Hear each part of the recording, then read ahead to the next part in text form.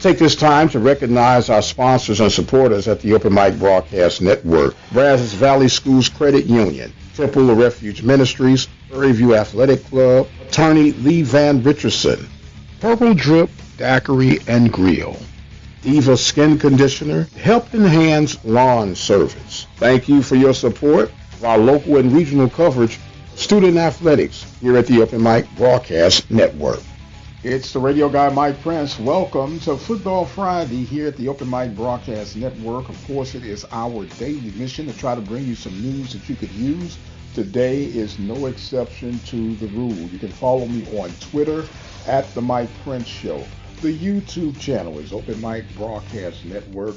Our website is obnradio.com, and the 24-hour dial-in message line, 713-570-6736. And without any further delay, we are going to jump right into today's episode. And the game has just changed dramatically when you look at the celebrations on the sidelines and, you know, the turnover chains and things of that nature. And in my opinion, you know, things have changed and it's become more about the sideshow than the actual show itself. And for me, you know, playing the game the right way, being a good football player, being dominant in between the whistles, that's what the game is about, you know, not the other stuff that really doesn't have anything to do with the game. And lastly, Coach, just wanted to get your thoughts on, you know, obviously Deion coming in, taking over at Jackson State.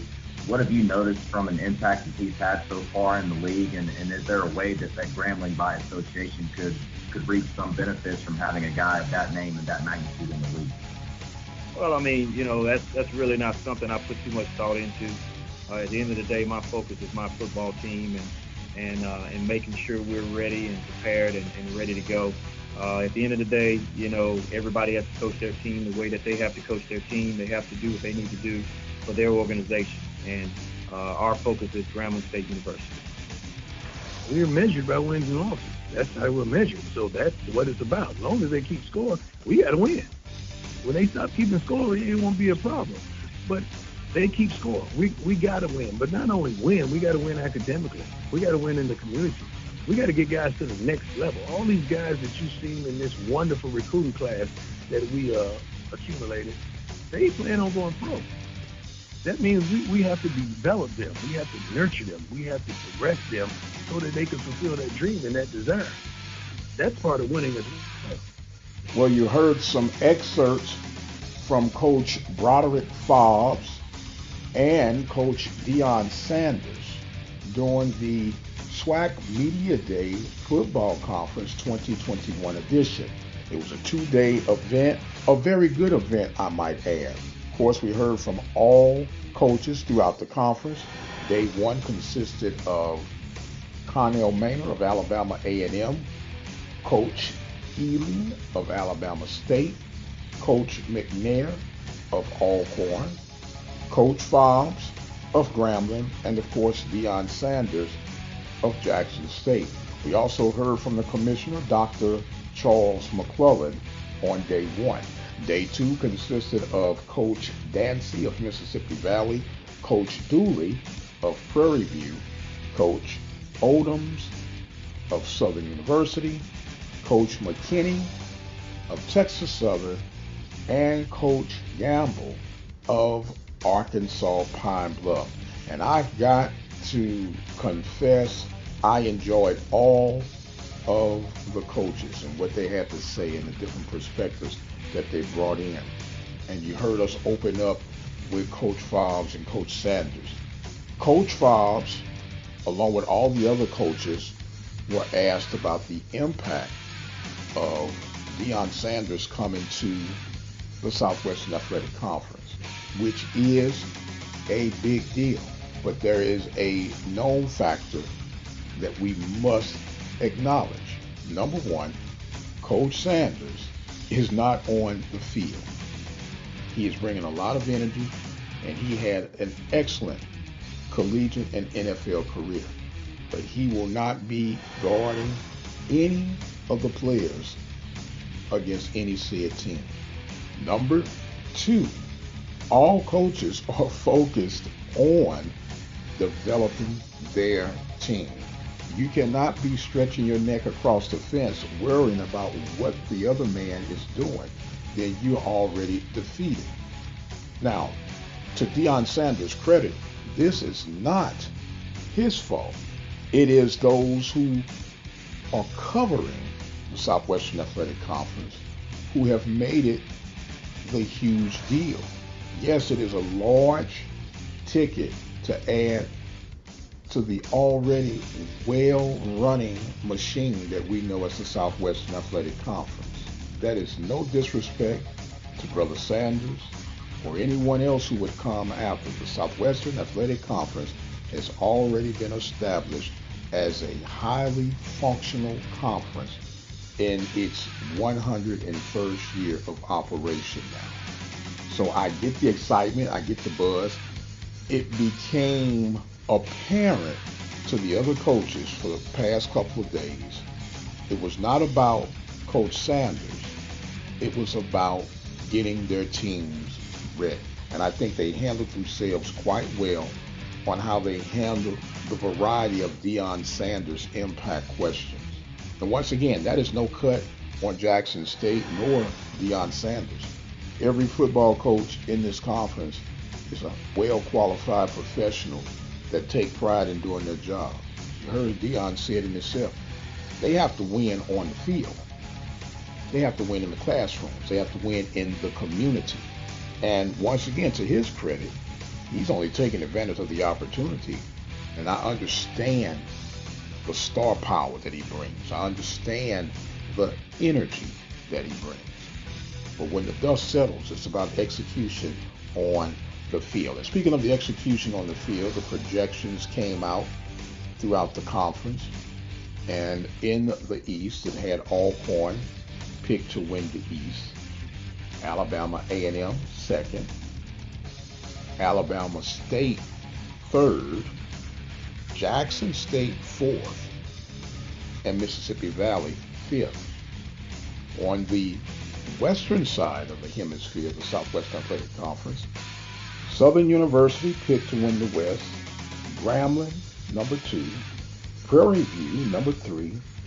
Arkansas Pine Bluff, number 4. And Texas Southern, 5th place. Now, according to the projection, it will be Alcorn facing off against Southern. I bet that just tickled my good brother Carlos Brown's fancy. Great inside information given from the coaches. If you missed any part of the Southwestern Athletic Conference 2021 football media coverage day, you can always go to our YouTube channel at Open Mic Broadcast Network and listen to the entire 2 days. This is Rob Butler with your Southland Report. Big announcement at NRG Stadium Thursday regarding the Texas Four. That's Abilene Christian, Lamar, Sam, and SFA joining the WAC. The eventual goal is to elevate the conference to the FBS level by the end of the decade. I'm hearing that the Texas schools originally planned on remaining in the Southland through 2022, but now their departure will be finalized at the conclusion of this academic season. It's unclear right now how that expedited timeline might impact any exit fees owed by the departing schools. I've heard conflicting accounts. Now, with the expected departure of Central Arkansas to the Atlantic Sun Conference, the Southland will be left with just 7 football-playing schools. That's McNeese State, Nicholls State, Northwestern State, Southeastern Louisiana, Incarnate Word, and Houston Baptist. The largest budget of those football-playing schools, according to USA Today, that's under $14 million. That makes settling on expansion strategy a bit tricky. With so many schools facing budget challenges, there's an incentive to focus on schools relatively close by to limit future travel costs, but there are so many schools that fit that criteria, and the Southland may have to battle other leagues for them. To start, I imagine the short list will include a few SWAC schools, Texas Southern, Prairie View A&M, Grambling, Southern, and a few D2 programs in the Lone Star Conference, especially Angelo State, Midwestern State, A&M Commerce, and West Texas A&M. None of those schools are a lock to reclassify to D1, and if they were, they could also draw interest from the WAC or the ASUN. Institutional politics could end up playing a role here. The balance of political power, so to speak, is certainly with the Louisiana schools in the Southland right now, but future expansion probably runs through Texas. Now, how does that change the level of influence the Louisiana schools have? If the divorce between the Southland and the Texas Forward gets ugly, could a Division II school reconsider aligning with the league? And with potential D2 targets sitting in different Texas university systems, there's a lot of places where regents and booster egos could get involved. One long-term wild card to watch, in my humble opinion, would be Louisiana Monroe. The financial and athletic gap between the Warhawks and the rest of the Sun Belt threatens to climb only further. And if Louisiana Monroe's recent Terry Bowden hire doesn't work out after a few years, perhaps there could be interest in moving to a level with institutions sharing similar budgets. That's Rob Butler, Open Mic Broadcast Network. While the world of Southwestern Athletic Conference was making its coaches visible to the rest of the world, the Southland Conference had a meeting on Thursday to announce the realignment of the conference with the latest hits that came from what is now known as the Texas Four: Lamar, Sam Houston, Stephen F. Austin, and Abilene Christian, all leaving for the WAC.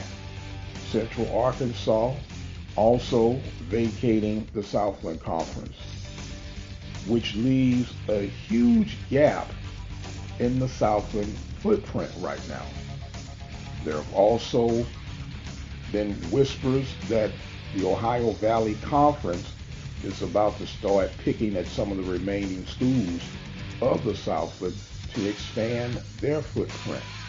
And while all that is being said, the whispers continue that the Southland Conference has let it be known that they have an interest in 4 particular Southwestern Athletic Conference institutions. Of course, Prairie View, Texas Southern, and Grambling, as well as Southern University. Of course, we talked about this throughout the course of the week, where you're going to have your Texas-Louisiana footprint to identify the Southland Conference, and with the proximity of those 4 said institutions of the Southwestern Athletic Conference, they would be a good fit. Now, let me bring up what is on the surface the obvious reason why this makes sense. The proximity of travel. The travel would almost be a slam dunk, and with the new way of doing things and viewing things throughout the COVID-19 experience, initially this would sound good. But when you look at the grand scheme of things and you look at the big picture, it appears to be fool's gold from my perspective. And here's why I say that. With the uptick that is being experienced by the Southwestern Athletic Conference, it would not be wise, in my opinion, to vacate. There are too many things that are swinging and moving in your direction to remain right where you are. Number 2, you do not want to become the modern day Tennessee State. What am I saying when I say that?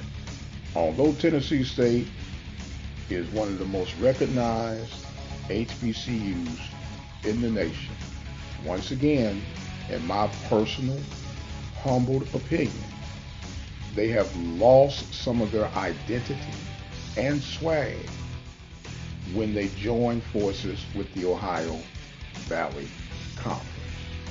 They have almost been like a nomad, if you would. And the reason that they made the move was because they fell for the false narrative of travel savings. Yes, you have a short travel, but you lose that zeal when it comes to your gates, when it comes to your overall footprint in the FCS landscape. Now, once again, these are my opinions, and you think that the travel savings is the big ticket of why you make this move if you're Grambling, Southern, Texas Southern, Prairie View, I strongly recommend that you reassess the hidden factors that don't show up on your pen and pad. As for the Southland Conference, it is an uphill climb. It's a tough time for the powers that be at the Southland Conference, and I do wish them well. But when the sun goes down and the dust is settled, I believe the Southwestern Athletic Conference is the conference to be for the mentioned institutions. I have always been a strong supporter of this conference that is near and dear to my heart. I have and will continue to defend its honor and integrity, whether you agree or disagree with some of my speaking points. So I know that you listen to this show, and I know that deep in your heart, you know I make sense. So whatever you do, my beloved Prairie View, my near and dear Southern, Grambling, and Texas Southern University, let us stay united and let us continue to empower the Southwestern Athletic Conference like never before. I am the radio guy, Dr. Mike Prince. What a week it has been, and we thank you all for joining us every step of the way. But the time has come where I must exit stage left for right now. I want to thank our sponsors, supporters, listeners, both near and far, for all that you do for us here at the Open Mic Broadcast Network. I've got to go. Until the next time, you guys be blessed, and we'll see you on the other side.